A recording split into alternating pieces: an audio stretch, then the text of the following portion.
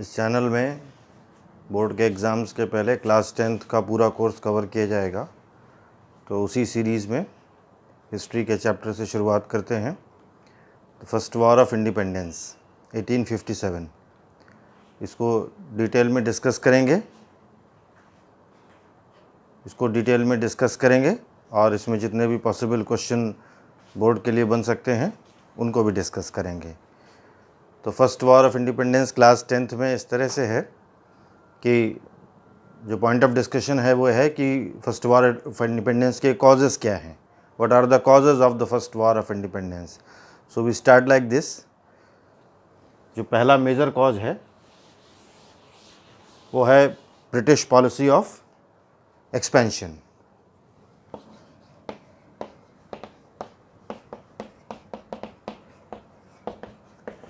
तो कुछ रीज़न रहा होगा ना कि फर्स्ट वॉर ऑफ इंडिपेंडेंस हुआ, तो उसका बेसिक रीज़न है ब्रिटिश पॉलिसी ऑफ एक्सपेंशन। और ब्रिटिश पॉलिसी ऑफ एक्सपेंशन कई तरीके से हुई। उसमें जो फॉरमोस्ट तरीका है, मेजर मेथड है, वो आउटराइट वॉर, सीधे वॉर के द्वारा। तो the first point is outright war.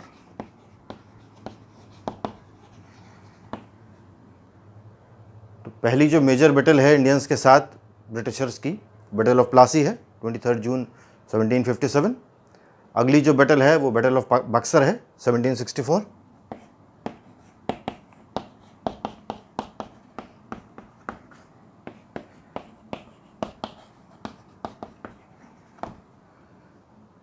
लेकिन ब्रिटिशर्स ने डायरेक्टली इंडिया का रूल इन दोनों बैटल से नहीं लिया। इसके बाद उन्होंने जब अपनी पोजीशन स्ट्रेंथन कर ली है, तब उन्होंने इंडिया के रूल को ओवरटेक किया, इंडिया की लैंड को ओवरटेक करना शुरू किया है। और वो जो मेजर बैटल्स हैं वो देखिए कौन कौन सी हैं। Maratha Wars and Mysore Wars and finally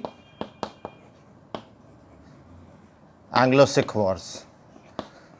तो ये आउटराइट वॉर की जो पॉलिसी थी ब्रिटिशर्स की, सीधे वॉर करके इंडिया की लैंड को लेना, this was one of the major reasons of the discontent. ये हमारा पहला पॉइंट है डिस्कशन का। पॉइंट नंबर 2, केवल आउटराइट वॉर से ही इंडियन लैंड को एनेक्स नहीं किया गया, there was other methods too. कौन से मेथड्स थे वो देखते हैं। जो अदर मेथड्स हैं वो है मेथड ऑफ सब्सिडरी अलायंस। तो सेकंड पॉइंट है मेथड ऑफ सब्सिडरी अलायंस, वो समझते हैं।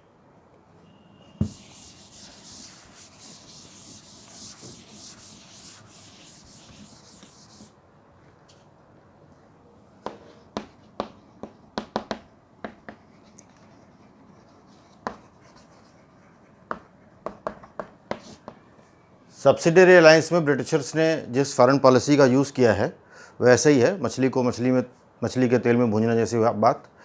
कि सपोज़ किंगडम ऑफ अवध है, तो किंगडम ऑफ अवध के साथ ये ट्रीटी करी गई कि हम आपको रोहिलखंड से डिफेंड करेंगे, हम आपको मराठा से डिफेंड करेंगे, हम आपको बंगाल से डिफेंड करेंगे, हम आपको उड़ीसा से डिफेंड करेंगे, हम आपके जितने भी एनिमीज़ उनसे डिफेंड करेंगे। आपको सिर्फ एक काम करना पड़ेगा, हमारी आर्मीज़ को पेमेंट करना होगा और हमारी आर्मीज़ आपकी सेफ्टी के लिए आपके किंगडम में रहेंगी।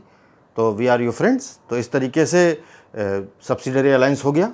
ये अलायंस जितने ज़्यादा किंगडम से होगा उतना बेनिफिट ब्रिटिशर्स को होने वाला है, क्योंकि उनको बिना किसी खर्चे के एक स्टैंडिंग आर्मी मिल गई, क्योंकि उनकी आर्मी को जो सैलरीज़ है वो तो इंडियन किंग्स दे रहे हैं। तो ये सब्सिडरी अलायंस की जो पॉलिसी है ये लॉर्ड वेल्लेस्ली ने शुरू करी, और ये भी ब्रिटिश एक्सपेंशन का एक मेजर मेथड था। हैदराबाद के साथ किया गया, अवध के साथ किया गया। ऑलमोस्ट 1856 तक ऑलमोस्ट इंडिया के जितने भी स्टेट्स थे सबको सब्सिडरी अलायंस में ले आया गया। सारे किंगडम्स के साथ आउटराइट वॉर्स नहीं किया गया, सब्सिडरी अलायंस की पॉलिसी में उनको शामिल कर लिया गया। तो जब वो सब्सिडरी अलायंस की पॉलिसी में शामिल हो गए तो ब्रिटिशर्स को ये फ़ायदा हो गया कि उनको सारी लैंड एनेक्स करने के लिए वॉर नहीं करने पड़े। तो ये हमारा सेकंड मेथड था, मेथड ऑफ सब्सिडरी अलायंस, जो ब्रिटिशर्स ने अडॉप्ट किया।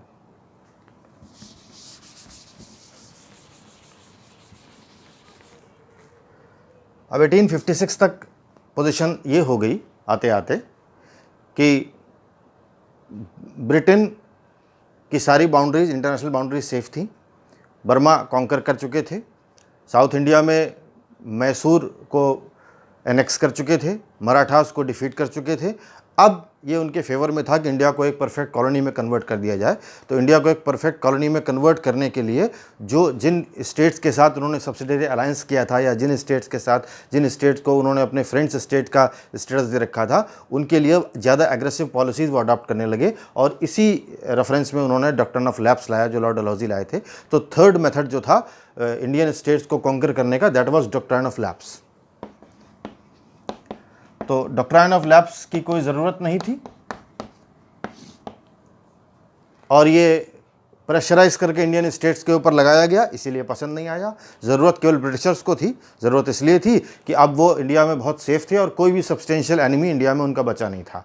तो ये 1856 तक आते आते ये पोजीशन हो गई थी। तो डॉक्ट्रिन ऑफ लैप्स बिल्कुल सिंपल है कि अगर किसी किंग का नेचुरल हायर नहीं है, उसका बाय ब्लड बॉर्न उसका सन नहीं है, तो किसी को अडॉप्ट करके वो अपना किंगडम इनहेरिट नहीं करा सकता है। तो ये बहुत अच्छा तरीका है। बहुत सारे किंग्स के नेचुरल हायर्स नहीं थे, तो सारी के सारी स्टेट वो ब्रिटिशर्स की ईस्ट इंडिया कंपनी के पास आ जाने वाली थी। तो इस एग्रेसिवली डॉक्ट्रिन ऑफ लैप्स को जो लगाया गया, ये ब्रिटिश एक्सपेंशन का एक मेजर टूल था, और ये डिस्कॉन्टेंट का बहुत मेजर रीज़न भी था। तो जैसा अभी डिस्कस हो चुका है कि आउटराइट वॉर्स से उन्होंने ब्रिटिश एम्पायर को एक्सपैंड किया। नंबर 2 पॉइंट, सब्सिडरी अलायंस से उन्होंने ब्रिटिश एम्पायर को एक्सपैंड किया। नंबर 3 पॉइंट, उन्होंने डॉक्ट्रिन ऑफ लैप्स को यूज़ करके ब्रिटिश एम्पायर को एक्सपैंड किया। और न्यूमरस स्टेट्स के ऊपर डॉक्ट्रिन ऑफ लैप्स लगाया गया, झांसी, सतारा, नागपुर, लाइन लगी हुई है स्टेट्स की। तो इन स्टेट्स के ऊपर डॉक्ट्रिन ऑफ लैप्स लगाया गया, और ये सारे के सारे स्टेट्स 1857 के फर्स्ट वॉर ऑफ इंडिपेंडेंस में ब्रिटिशर्स के अगेंस्ट थे, क्योंकि डॉक्ट्रिन ऑफ लैप्स की कोई ज़रूरत नहीं थी, जैसा डलहौजी ने कहा। इसके अलावा एक और तरीका अपनाया गया सब्सिडरी अलायंस में। तो सब्सिडरी अलायंस तो जैसा भी डिस्कस हुआ, उन्होंने जिसने भी किया उसके साथ कर लिया, क्योंकि उस समय उनको नीड थी फ्रेंड्स की, क्योंकि उनको मेजर एनिमी उनको इंडिया में मराठास और मैसूर दिखाई पड़ रहा था। सिख भी उनके एनिमी थे, इंटरनेशनल बाउंड्रीज पर भी खतरा था। लेकिन जब उनकी सारी बाउंड्रीज सेफ हो गई, तो ये जो बहुत सारे इनके सब्सिडरी अलायंस के फ्रेंड्स थे, ये ज़्यादा काम के नहीं बचे। तो इसलिए ब्रिटिशर्स ने मिसरूल का जो चार्ज है वो लगा करके स्टेट्स को अडॉप्ट करने की कोशिश करी, लेने की कोशिश करी, कॉन्कर करने की कोशिश करी। और ये अलेज्ड मिसरूल का चार्ज लगा करके जो मेजर विक्टिम बना वो था अवध का स्टेट। अवध के लिए ब्रिटिशर्स ने स्पेशल पॉलिसी अडॉप्ट करी, और अवध का रीजन ये केवल लखनऊ नहीं है, ये पूरा फैज़ाबाद से लेकर के ऑलमोस्ट यूपी और बिहार कवर करता था। तो इस पूरे रीजन में अलेज्ड मिसरूल का चार्ज लगा करके इसको कॉन्कर करने की कोशिश की गई और इसको लेने की कोशिश की गई। ये कहा गया कि you are not able to govern the people of the Awadh. तो डलहौजी ने ये अनाउंस किया कि जो नवाब वाजिद अली शाह है, is not able to govern the people of the Awadh, so it will be better so that the East India Company may take over the land of the Awadh. तो East India company Awadh की land को take over कर ले, ऐसा बोला गया। लेकिन अब डायरेक्टली टेक ओवर करना तो बहुत एक रिस्की काम था। तो इसके लिए उन्होंने पहले एक कमीशन अपॉइंट किया, जिसको इनाम कमीशन बोलते हैं। और इनाम कमीशन ने जितने भी ताल्लुकेदार थे, ताल्लुकेदार जमींदार होते हैं जिनके पास कई पुश्तों से इनहेरिट ज़मीन चली आ रही है, तो उन ताल्लुकेदारों की जांच करी और ये कहा कि जो ओरिजिनल पेपर प्रोड्यूस कर पाएगा उसी का माना जाएगा कि लैंड आपकी है, बाकी लैंड आपकी नहीं है। वो सारी की सारी ब्रिटिश गवर्नमेंट वो लैंड ले लेगी। तो ये भी एक्सपेंशन का एक तरीका है। तो इनाम कमीशन के बाद 20,000 से ज़्यादा जो लैंड्स हैं वो ब्रिटिश गवर्नमेंट ने कॉन्फिस्केट कर दिया, और कहा गया कि ये सब जो लैंड्स हैं, ये सीधी सी बात है कि ये ताल्लुकेदार्स को बिलोंग नहीं करती। अब जब किसी को बिलोंग नहीं करती तो ऑब्वियसली ईस्ट इंडिया कंपनी को बिलोंग करेंगी। तो ये भी एक मेथड था जिसका यूज़ किया गया ब्रिटिश गवर्नमेंट को ईस्ट इंडिया कंपनी को इंडिया में एक्सपैंड करने के लिए। बक्सर के बैटल में ही मुग़ल एम्परर की डिफीट हो चुकी थी, और ब्रिटिश चाहते, बक्सर मैंने बोला आपसे 1764 में हो चुका है, ब्रिटिश चाहते तो ये जो बक्सर की बैटल के समय ही दिल्ली पर अपना जो है किंग अपना रूल डायरेक्टली लगा सकते थे। लेकिन उनको एडमिनिस्ट्रेशन अपने हाथों में लेना एक डिफ़िकल्ट काम लगा, और उस समय उनके पास ना इतनी मैन पावर थी और ना ही इतना फाइनेंशियल रिसोर्सेज थे। तो ब्रिटिशर्स ने ये काम उस समय नहीं किया। लेकिन 1856 तक आते आते जैसे पोजीशन बन रही है कि अब ब्रिटिशर्स की इंटरनेशनल बाउंड्री सेफ हैं, और उनके फेवर में अब ये है कि इंडिया को एक परफेक्ट कॉलोनी में कन्वर्ट कर दिया जाए। तो कॉलोनियलिज्म का एक नया फेज़ स्टार्ट करना है। तो कॉलोनियलिज्म का नया फेज़ स्टार्ट करने के लिए ये बहुत ज़रूरी है कि दिल्ली पर उनका पूरा कंट्रोल हो। तो दिल्ली में जो रेजिडेंट हैं, रेजिडेंट वो होते हैं जो किसी एम्पायर में, किसी किंगडम में एजेंट होते हैं ब्रिटिश गवर्नमेंट के। तो दिल्ली में जो रेजिडेंट हैं उनका बहुत ज़्यादा इंटरफेरेंस है। तो दिल्ली जो मुग़ल बादशाह बहादुर शाह जफ़र है उसको लगातार प्रेशराइज करने की कोशिश की गई है। डलहौजी ने यह अनाउंस किया कि बहादुर शाह जफ़र के जो हायर्स हैं, यानी बहादुर शाह जफ़र के बाद आपको लाल किला छोड़ करके कुतुब मीनार में जाकर रहना होगा, वो जगह छोड़नी होगी, और इनके जो हायर्स हैं वो रॉयल टाइटल को भी यूज़ नहीं कर सकते। ये डिसहार्टनिंग बात थी। इंडिया की जो मुस्लिम पब्लिक थी और हिंदू पब्लिक भी, वो बहादुर शाह जफ़र को इंडिया के एम्परर मानकर चलते थे। ये इमोशनल पॉइंट था। तो ये एक्सपेंशन की पॉलिसी के लिए ब्रिटिशर्स ने ऐसा किया, मगर इसने हिट किया बैडली सेंटीमेंट को, इंडियन सेंटीमेंट को। तो ये जो पॉइंट डिस्कस हुए, ये पॉइंट थे कि ब्रिटिश गवर्नमेंट ने इंडिया में जो एक्सपेंशन किया और किस किस तरीक़ों से किया वो मैंने डिस्कस कर दिया आपसे। तो जो एक्सपेंशन किया वो एक्सपेंशन 1857 के रिवोल्ट का एक मेजर रीजन था। तो disrespect shown to Bahadur Shah Zafar, ये भी बहुत मेजर रीजन है। बहादुर शाह जफ़र को जो डिसरिस्पेक्ट दिखाई गई, उसकी वजह से जीनत महल जो बहादुर शाह जफ़र की बेगम है, उन्होंने प्लॉट किया और प्लॉट करके दिल्ली में पूरी एक लॉबी खड़ी करी अगेंस्ट ब्रिटिशर्स। तो दिल्ली की पब्लिक और दिल्ली के जो पुराने लैंडलॉर्ड्स हैं वो एंटी ब्रिटिश इसीलिए हो गए क्योंकि बहादुर शाह जफ़र को कंटिन्यूसली कहा गया कि आप ये छोड़ करके, लाल किला छोड़ करके आप कुतुब मीनार में रहिए जा करके। इसके अलावा लोकल मुद्दे भी थे, क्योंकि बार बार वही पॉइंट आ रहा है कि ब्रिटिशर्स के पास एक ही बात थी कि उनको अब अपने आप को एक्सपैंड करना था, because they were very safe. तो उन्होंने नाना साहब को पेंशन देने से मना कर दिया, क्योंकि उन्होंने, नाना साहब वो तो पेशवा, तो नाना साहब को पेंशन देने से उन्होंने मना कर दिया, क्योंकि उन्होंने कहा कि you are not a natural heir. आप बाजीराव के नेचुरल हायर नहीं हो, आप नेचुरल हायर नहीं हो तो आप अडॉप्टेड हो, तो इसीलिए पेंशन नहीं दी जाएगी। तो जब पेंशन नहीं दी जाएगी तो ऑब्वियसली नाना साहब अगेंस्ट हो गए। तो इसने भी एक सेंटिमेंटल हिट दिया, क्योंकि मराठास का जो किंगडम था वो बहुत लंबे समय से बहुत पावरफुल था, और वो पानीपत के बैटल में अहमद शाह अब्दाली की वजह से बहुत कमज़ोर हो गए थे। नहीं तो मराठास इंडिया में एक पोजीशन, एक टाइम ऐसा था जब ब्रिटिशर्स को बराबर से चैलेंज करने की कंडीशन में थे। तो बेसिकली नाना साहब को मना करना कि हम आपको पेंशन नहीं दे पाएंगे, डॉक्ट्रिन ऑफ लैप्स में झांसी, नागपुर, सतारा, ऐसी सारी चीज़ों को ले आना। तो ये सब ब्रिटिश एक्सपेंशन जो था, ये जो पॉलिसी थी, इसने बहुत सारी प्रॉब्लम खड़ी करी। दूसरा, पब्लिक के मन में एक सेंटिमेंट और था जो बहुत ज़्यादा परेशान करने वाला था। ऐसे तो अभी इंडिया का फॉर्मेशन नहीं हुआ है, अलग अलग छोटे छोटे स्टेट्स हैं, लेकिन एब्सेंटी लैंडलॉर्डिज्म है, यानी कि इंडिया को कौन रूल कर रहा है ये पता नहीं है। इंडिया को ईस्ट इंडिया कंपनी रूल कर रही है, लेकिन ईस्ट इंडिया कंपनी के बोर्ड ऑफ डायरेक्टर्स तो यहाँ नहीं है, बोर्ड ऑफ गवर्नर्स तो यहाँ नहीं है, और ब्रिटेन की ना तो गवर्नमेंट और ना ही ब्रिटेन की क्वीन का कोई भी इंटरफेरेंस है इसमें।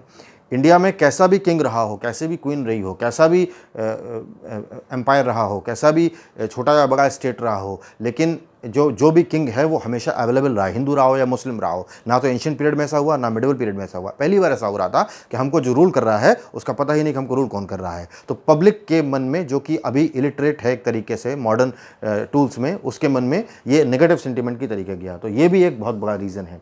तो ये हमने पहला फैक्टर डिस्कस किया कि इंडिया में 1857 के जो फर्स्ट वार ऑफ इंडिपेंडेंस है उसका क्या मेजर रोल है, क्या मेजर रीज़न है। तो मेजर रीज़न ये है कि पहली बात ब्रिटिश एक्सपेंशन, और दूसरा पॉइंट है सोशियो रिलीजियस इंटरफेरेंस। दूसरी बात यह है कि ब्रिटिशर्स ने जो पॉलिसी बनाई, अब मैं दूसरा पॉइंट डिटेल में डिस्कस करने जा रहा हूँ। अभी मैंने पहला पॉइंट डिटेल में डिस्कस किया है कि किस तरह ब्रिटिशर्स ने इंडिया में इंटरफेरेंस किया और इंटरफेरेंस करके इंडियन सेंटिमेंट को बिगाड़ा, जिसका रिएक्शन में फर्स्ट वॉर ऑफ इंडिपेंडेंस हुआ। अब मैं दूसरा पॉइंट डिस्कस करने जा रहा हूँ कि किस तरह उन्होंने सोशियो रिलीजियस फैक्टर्स में इंटरफेरेंस किया और इंटरफेरेंस करके इंडिया के सेंटिमेंट को बिगाड़ा, और सेंटिमेंट इस तरह से बिगड़ा कि वो एक इतने बड़े वॉर ऑफ इंडिपेंडेंस की तरह खड़ा हो गया। तो पहली बात यह है कि सोशल कस्टम्स में उन्होंने इंटरफेरेंस करना शुरू किया। आज के पॉइंट ऑफ व्यू से देखें तो एबोलिशन ऑफ सती आपको ठीक नज़र आएगा, मुझे भी ठीक नज़र आ रहा है, लेकिन 1829 में बहुत सारे लोगों को सती का एबोलिशन करना जब हुआ, लॉर्ड विलियम बेंटिंग ने किया, तो सती का एबोलिशन करना ये इंडियन कस्टम्स में इंटरफेरेंस लगा। उनको ये लगा कि ये जो इंटरफेरेंस हो रहा है ये इसलिए हो रहा है कि इंडियन हिंदू रिलीजन को डिस्ट्रॉय करना चाहते हैं वो। तो ये भी नेगेटिव सेंटिमेंट की तरह गया। विडो रिमैरिज एक्ट बना दिया गया। हिंदू ट्रेडिशनल हिंदू रिलीजन में विडो कैनॉट रिमैरी, विडो की रिमैरिज नहीं हो सकती है। लेकिन अब जब सती को आप रोकेंगे तो विडोज भी बचेंगी, या विडोज बचेंगी तो उनकी मैरिज भी करानी पड़ेगी। तो विडो रिमैरिज एक्ट जो था वो तो लॉजिकल कॉन्सिक्वेंस था सती एबॉलिशन एक्ट का। लेकिन इन दोनों को ही जो है इंडियन गवर्नमेंट, इंडियन पब्लिक ने नेगेटिवली लिया, क्योंकि ऐसा माना गया कि आप हमारे सोशल कस्टम्स में इंटरफेरेंस कर रहे हैं। तो ये जो हुआ, ये चीज़ें पब्लिक ने पसंद नहीं करी। और आप अभी हम लोग डिस्कस करेंगे कि 1857 के वॉर में कोई राजे महाराजों ने पार्टिसिपेट किया, ठीक बात है, लेकिन पब्लिक ने बहुत बड़े लेवल पे पार्टिसिपेट किया। तो सोशियो रिलीजियस रिफॉर्म में जो इंटरफेरेंस रहा वो एक मेजर रीजन रहा। दूसरी बात, मॉडर्न टेक्निक्स को लेकर, मॉडर्न टेक्नोलॉजी को लेकर इंडियन माइंड में बहुत सारे अप्रीहेंशन थे। जैसे रेलवेज चलाई गई। अब रेलवे इंडिया में एक बेनिफिट प्रोजेक्ट की तरह चलाया गया कि आप इंडिया में रेलवे लाइन्स को बिछाइए, रेलवे लाइन्स लगाने में इन्वेस्टमेंट कीजिए, 5% का आपको श्योर रिटर्न मिलेगा। तो पूरी दुनिया में लोग इंटरेस्टेड हो गए। 5% का श्योर रिटर्न देने वाला जो है सरकारी ऑफर था। तो रेलवेज़ में ज़बरदस्त पैसा लगा, लाइनें बिछी, रेल चली। 1856 में ही रेल चली। मगर जब रेल चली तो इंडिया के ऑर्थोडॉक्स सिस्टम, जो यहाँ का जो कास्ट सिस्टम, उसको बहुत ज़ोर से चोट लगी। क्यों? क्योंकि हर कास्ट के आदमी को अगल बगल बैठना है। और ये बात क्या अपर कास्ट का आदमी 1857 में बर्दाश्त कर सकता है कि मेरे बगल में लोअर कास्ट का आदमी मेरे साथ एक ही कंपार्टमेंट में बैठा कर जाए? मगर टिकट तो सबको लेकर उसी में चलना है। तो इसको एक प्लॉट माना गया। ये माना गया कि Britishers are plotting against us, हमारे कास्ट सिस्टम को तोड़ने की कोशिश कर रहे हैं, हमारी लेडीज़ को तोड़ने की कोशिश कर रहे हैं। तो ये जो रेलवेज़ को चलाना गलत तरीके से लिया गया। टेलीग्राफ लाइन बिछाई गई। डलहौजी ने यह कहा था कि मैं भारत की बैलगाड़ी सभ्यता को आधुनिक सभ्यता में कन्वर्ट कर रहा हूं। तो बैलगाड़ी सभ्यता को कुछ ज़्यादा ही तेज चला दिया उसने। तो उसने टेलीग्राफ तार बिछाए गए। टेलीग्राफ तार के बाद टेलीग्राफ पोल लगाए गए। अब टेलीग्राफ पोल जब लगाए गए तो ये एक अफवाह की तरह फैल गई कि ये टेलीग्राफ पोल लोगों को फांसी पर लटकाने के लिए लगाए जा रहे हैं। तो लोगों के बीच में बहुत सारी ऐसी जो पब्लिक जो इंग्लिश एजुकेशन में लिटरेट नहीं थी, उनके बीच में तमाम ऐसे सेंटीमेंट फैल गए जिससे ऐसा लगा कि सब के सब एंटी ब्रिटिश फीलिंग में किसी ना किसी तरह इन्वॉल्व हो गए। दूसरा, ब्रिटिशर्स ने हमेशा अपने को एक हायर रेस समझा, इसमें कोई डाउट नहीं है, शुरुआत से समझा और आखिरी तक समझते रहे। उनका कहना था वाइट मैन्स बर्डन है, ये गोरे आदमी का बोझ है, काले आदमी को, हम काले नहीं हैं लेकिन वो हमको काले कहते थे, तो काले आदमी को सभ्य बनाना वाइट मैन्स बर्डन है। तो वो हमको सभ्य बनाने आए थे, ऐसा उनका मानना था कि वो हमको इंग्लिश एजुकेशन में सभ्य बना रहे हैं। जेम्स मिल का जो प्रैग्मेटिज्म है, जो फ्रांसीसी क्रांति के जो सिद्धांत है वो हमको सिखा रहे हैं, अमेरिकी क्रांति के सिद्धांत हमको सिखा रहे हैं, और बहुत सारी चीज़ें वो हमको सिखाने आए थे। यहाँ पर उनका ऐसा मानना था। और वो जो हम पर जो राज कर रहे हैं, हम पर जो यूनियन जैक हम पर, हमारे हिंदुस्तान के ऊपर जो फहरा रहा है, वो इसलिए फहरा रहा है ताकि पूरे इंडिया को एक किया जा सके। तो वो हमेशा इंडियंस को रेशियल डिस्क्रिमिनेशन के पॉइंट से ही देखते थे, इसमें कोई डाउट नहीं है। चाहे कोई ब्रिटिश क्लब हो, चाहे कोई ब्रिटिश जॉब हो, कोई भी इंडियन सूबेदार के रैंक से ऊपर जा नहीं सकता था, आर्मी में भी। और जो मैकॉले की पॉलिसी थी उसमें भी इंडियंस को जो केवल बाबू का पोस्ट मिल सकता था। जो भी 2-4 गिनती के लोगों ने ICS पास किया वो 1870 के बाद किया है, उसके पहले किसी ने नहीं किया। तो और उसको भी अंग्रेज़ों ने बहुत ज़ोर से रोकने की कोशिश करी। तो पॉइंट ये है कि रेशियल डिस्क्रिमिनेशन की जो पॉलिसी थी, और इसके बहुत सारे एग्जाम्पल हैं। लखनऊ से एक मैगजीन पब्लिश होती थी पंच नाम की, उसमें भारतीयों को आधा इंसान आधा गुरिल्ला करके दिखाया जाता था कि वो इंसान ही नहीं है, गुरिल्ले हैं। और हर शहर में एक मॉल रोड करके बनी हुई थी। मॉल रोड में एक 4 बजे के बाद भारतीयों को जाना बंद कर दिया जाता था, और वहाँ पर सिर्फ जो ब्रिटिशर्स ही इवनिंग वॉक कर सकते थे, खासकर उनके जो घर के मेंबर्स थे उनकी वॉक के लिए वो बनाया गया था। कानपुर में भी ऐसा मॉल रोड एक है। हर शहर में एक पुराना शहर जो ब्रिटिशर्स के समय का एक मॉल रोड ऐसा होता है वहाँ पर, जहाँ पर वो उन्होंने उसको इस तरह से डेवलप किया था। वहाँ पर सुपर बाजार होता था। तो कुल मिलाकर, और क्लब्स में तो कल्चर ये बहुत बाद तक जिंदा रहा कि केवल ब्रिटिशर्स जा सकते हैं। होटल्स में भी ऐसा कल्चर जिंदा रहा। गांधी जी का फेमस केस सबको पता है कि उनका सामान डिब्बे से उठाकर फेंक दिया गया था, किसको नहीं पता दुनिया में। तो बात यह है कि रेशियल डिस्क्रिमिनेशन की पॉलिसी अडॉप्ट करी गई। अब सवाल यह कि जब इतनी नफरत हमसे करते हैं तो हमारी ज़रूरत क्या है? अरे ज़रूरत इसलिए है कि उनके कपड़े कौन धोएगा, उनकी गाड़ियाँ कौन पोछेगा, उनके घर में झाड़ू पोछा कौन करेगा, इसलिए हमारी ज़रूरत है। और हमको इंग्लिश उन्होंने क्यों पढ़ाई? इंग्लिश उन्होंने इसलिए हमको पढ़ाई क्योंकि उनको बाबू कहाँ से मिलेंगे, सारे काम खुद तो कर नहीं लेंगे। तो अपने काम कराने के लिए उन्हें हमारी ज़रूरत है, इसीलिए। लेकिन हमारी ज़रूरत भी है और हमसे नफरत भी है। तो इसमें कोई शक नहीं है कि अंग्रेज़ों ने रेशियल डिस्क्रिमिनेशन की पॉलिसी को अडॉप्ट किया, और इसने इंडियन सेंटीमेंट को, इंडियन मूड को बहुत ख़राब किया। ये बात सही है कि उस समय 1857 में बहुत सारे भारतीय पढ़ लिख गए थे और बहुत अच्छी अच्छी जॉब्स भी पा गए थे, लेकिन जो पा गए थे और जो पढ़े लिख गए थे उनके और जिन्होंने इंग्लिश नहीं पढ़ी थी उनके बीच में एक बहुत बड़ा गैप था, क्योंकि स्कूल गिनती के थे और इंग्लैंड गिनती के लोग जा सकते थे। क्या राजा राम मोहन रॉय और केशव चंद्र सेन और दयानंद सरस्वती तो खैर हमारे इंग्लिश एजुकेशन के विरोधी ही थे, वो तो वैदिक सभ्यता को मानने वाले थे, लेकिन जितने भी इंग्लिश लीग पर रिफॉर्म करने वाले लोग थे वो बहुत गिनती में थे और जो पढ़ गए थे वो सब बाबू हो गए थे। तो बात यह है, नौकरी पा गए थे। तो बात यह है कि सोशल डिस्क्रिमिनेशन की जो पॉलिसी थी वो अंग्रेज़ों की हर जगह दिखाई पड़ती थी और इसने इंडियन सेंटिमेंट को बहुत ख़राब किया। तो ये हमारे सोशल कस्टम में जो इंटरफेरेंस की बात है, जो मैंने कहा कि सोशल कस्टम में इन्होंने इंटरफेरेंस किया। दूसरी बात, इंडियन के माइंड में जो अप्रीहेंशन थे वो बात। तीसरी बात, एडमिनिस्ट्रेशन में करप्शन ज़बरदस्त तरीके से था, क्योंकि सुप्रीम कोर्ट भी उन्हीं का था जो रेगुलेटिंग एक्ट से आया था, सुप्रीम कोर्ट का जज भी उन्हीं का था, गवर्नर जनरल भी उन्हीं का था। तो और भारतीय जजेस को तो अंग्रेज़ों के मुकदमे सुनने का अधिकार लिटन के समय में भी नहीं मिला। जब एक्ट लाया गया तो उसका विरोध किया गया। तो अंग्रेज़ों के मुकदमे अंग्रेज ही सुन सकते थे। इतना कॉम्प्लिकेटेड जुडिशियल सिस्टम था कि कोई अपनी ज़मीन छुड़ा पाया हो, सनसेट लॉ में जिसकी ज़मीन चली गई हो या बंगाल के परमानेंट सेटलमेंट में ज़मीन चली गई हो, ऐसे रेयर ही एविडेंस होंगे कि जिसकी ज़मीन चली गई हो वो मुकदमे लगा करके अपनी ज़मीन छुड़ा पाया हो। तो ब्रिटिश जुडिशियल सिस्टम से कोई भारतीय न्याय पा जाए, ऐसी संभावना बिल्कुल बालू के तेल निकालने जैसी थी, ऐसी संभावना बिल्कुल नगण्य थी, रिडिकुलस, मतलब ये चीज़ थी नहीं। तो ये जो कॉम्प्लिकेशन था सिस्टम में, ये जुडिशियल सिस्टम में जो कॉम्प्लिकेशन था, एडमिनिस्ट्रेटिव सिस्टम में जो कॉम्प्लिकेशन था, इसने भी इंडियन डिस्कॉन्टेंट को बहुत बढ़ाया। ये जो लाट साहब वर्ड है ये वहीं से आया है। ब्रिटिश ऑफिसर्स को लाट साहब बोला जाता था, तो आज भी एक कहावत की तरह यूज़ होता है। तो आप समझ लीजिए कि लाट साहब टाइप का कल्चर था। तो जब वैसा कल्चर था तो सीधी सी बात है कि काम तो होना नहीं है। तो इस तरह से ये कंडीशन थी। इंडियन माइंड जो था वो मिडिवल सेटअप में था और ब्रिटिश एक्टिविटीज़ जो मिशनरीज़ की हो रही थी वो बहुत प्रॉब्लम क्रिएट करने वाली थी, क्योंकि 1813 के चार्टर के बाद मैं सारा सोशल कस्टम डिस्कस कर रहा हूँ कि सोशल कस्टम में क्या क्या ऐसी चीज़ें उन्होंने करी जिसकी वजह से इंडियन माइंड अपसेट हुआ और 1857 का जो वॉर ऑफ इंडिपेंडेंस है, इतनी बड़ी सिचुएशन खड़ी हो गई कि कैनिंग को यह कहना पड़ा कि अगर सिंधिया भी विद्रोह कर दे तो कल ही मुझे बोरिया बस्तर बनना पड़ेगा।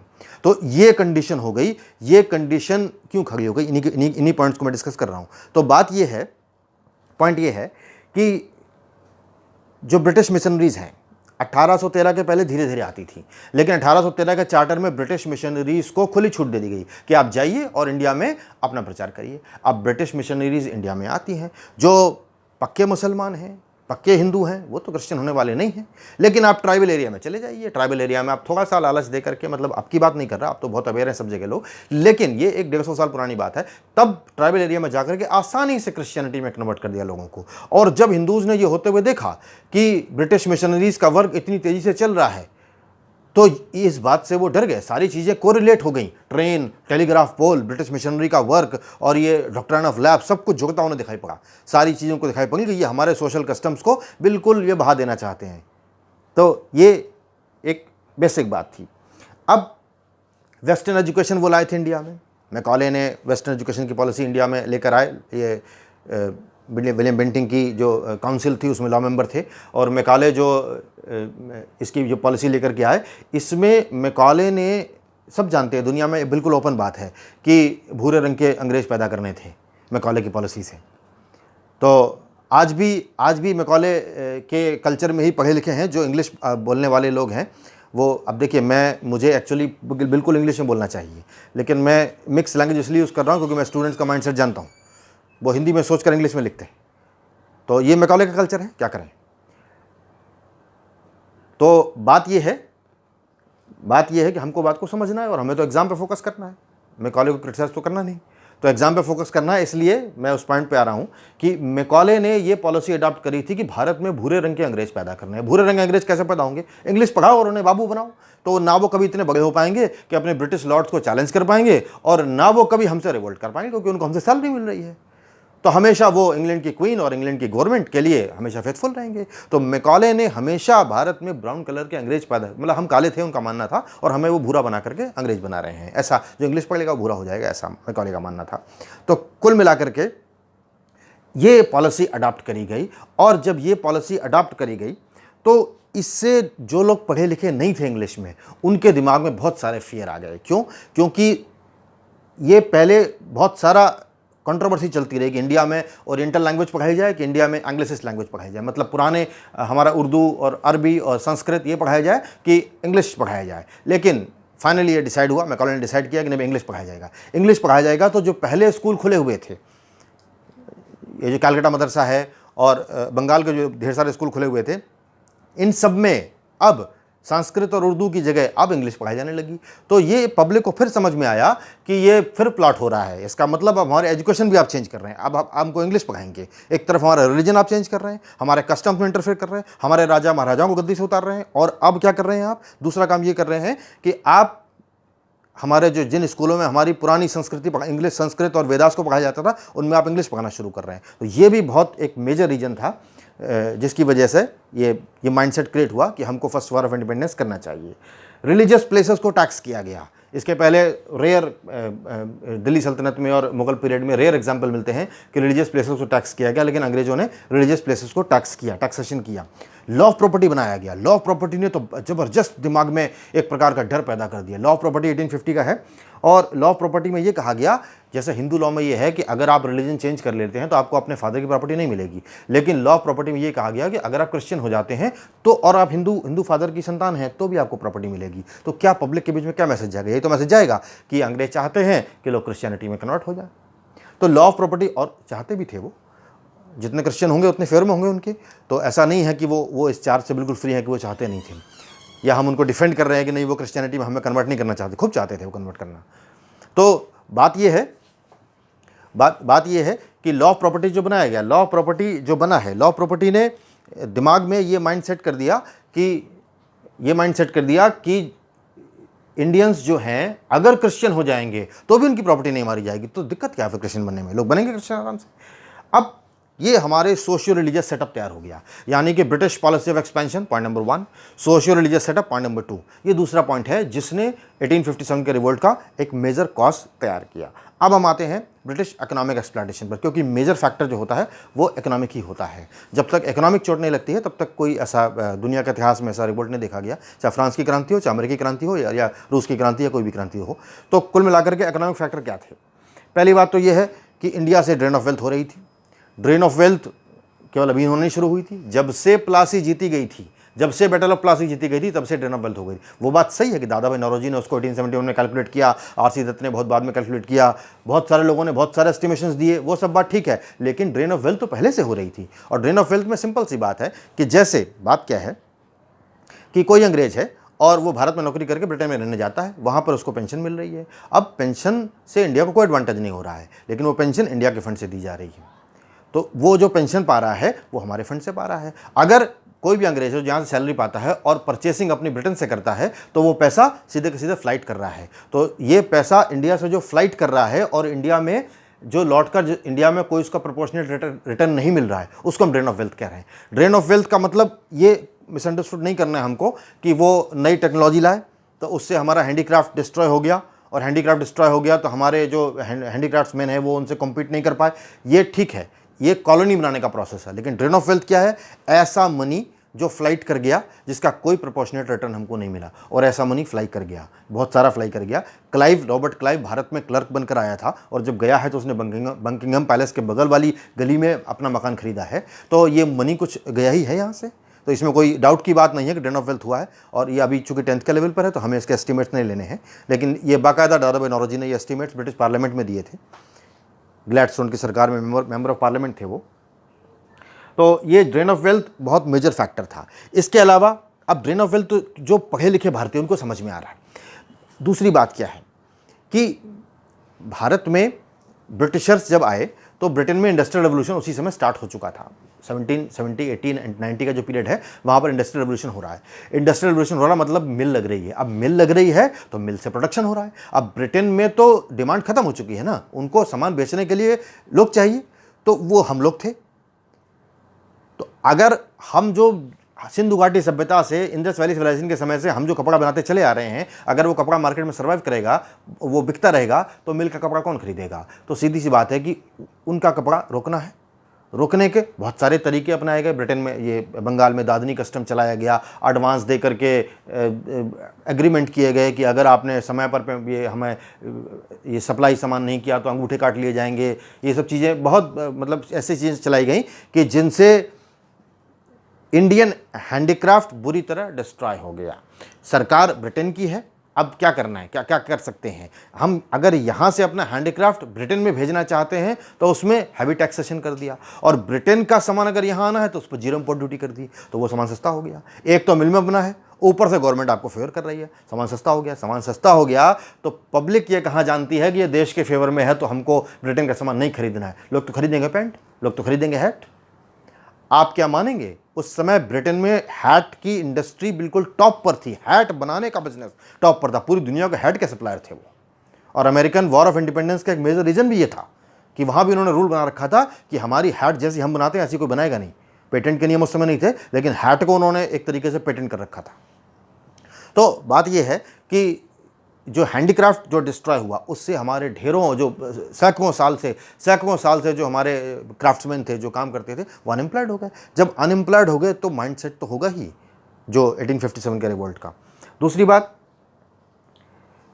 कि जो टैक्सेशन जिस तरह का अंग्रेजों ने किया है, 60%, 70%, 80%, 90%, मतलब आप जितना दे रहे हो। 3 तरह का सेटलमेंट थे। परमानेंट सेटलमेंट बंगाल में, रैयतवाड़ी सिस्टम और महलवाड़ी सिस्टम। साउथ में महलवाड़ी और रैयतवाड़ी, ये हमारा यूपी वगैरह में रैयतवाड़ी। तो बात ये है कि जो टैक्सेशन चाहे मुगल्स के पीरियड में रहा हो, इवन अलाउद्दीन खिलजी के पीरियड, किसी के पीरियड में इंडियन हिस्ट्री में इतना हाई टैक्सेशन कभी नहीं किया गया जितना ब्रिटिशर्स ने किया, क्योंकि वो बिल्कुल प्योर बिजनेस के पर्पज से आए थे। एब्सेंटी लॉर्डलिज्म जैसी, लैंड लॉर्डिज्म जैसी चीज़ थी। तो जिस तरह का टैक्सेशन ब्रिटिशर्स ने इंडिया में किया है, 90% तक टैक्स लिया गया है, वैसा इंडिया की हिस्ट्री में कभी नहीं देखा गया। किसानों को ना जिंदा रहने दिया गया और ना मरने दिया गया। तो ऐसी कंडीशन में ना जिंदा रहेंगे ना मरेंगे, तो खेती तो करेंगे ही। तो ऐसी कंडीशन में वो उनका माइंडसेट बिल्कुल तैयार हो गया। उनके पास एक ही चीज़ तो थी, रिलीजन। जब उस पर भी आप चोट करने लगे तो 1857 का माइंडसेट बिल्कुल तैयार है। तो चाहे रैयतवाड़ी हो, चाहे महलवाड़ी हो और चाहे परमानेंट सेटलमेंट हो, तीनों में इतना हैवी टैक्सेशन किया गया। आप कहेंगे कि परमानेंट सेटलमेंट में तो टैक्सेशन फिक्स था, फिक्स नहीं था। वो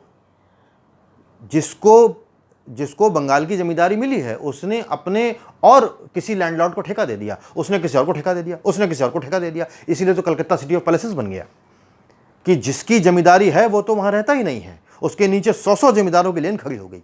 तो इस तरह से कंडीशन ये है कि चाहे कोई भी सिस्टम हो टैक्सेशन का, ब्रिटिशर्स प्रैक्टिकली 75% किसान से मांगते थे, आप जितना उगाते हैं। अब भारत का किसान मानसून पर अपनी खेती करता है, कभी हुआ कभी नहीं हुआ, तो 75% ब्रिटिशर्स ले जाएंगे तो फिर बचेगा क्या?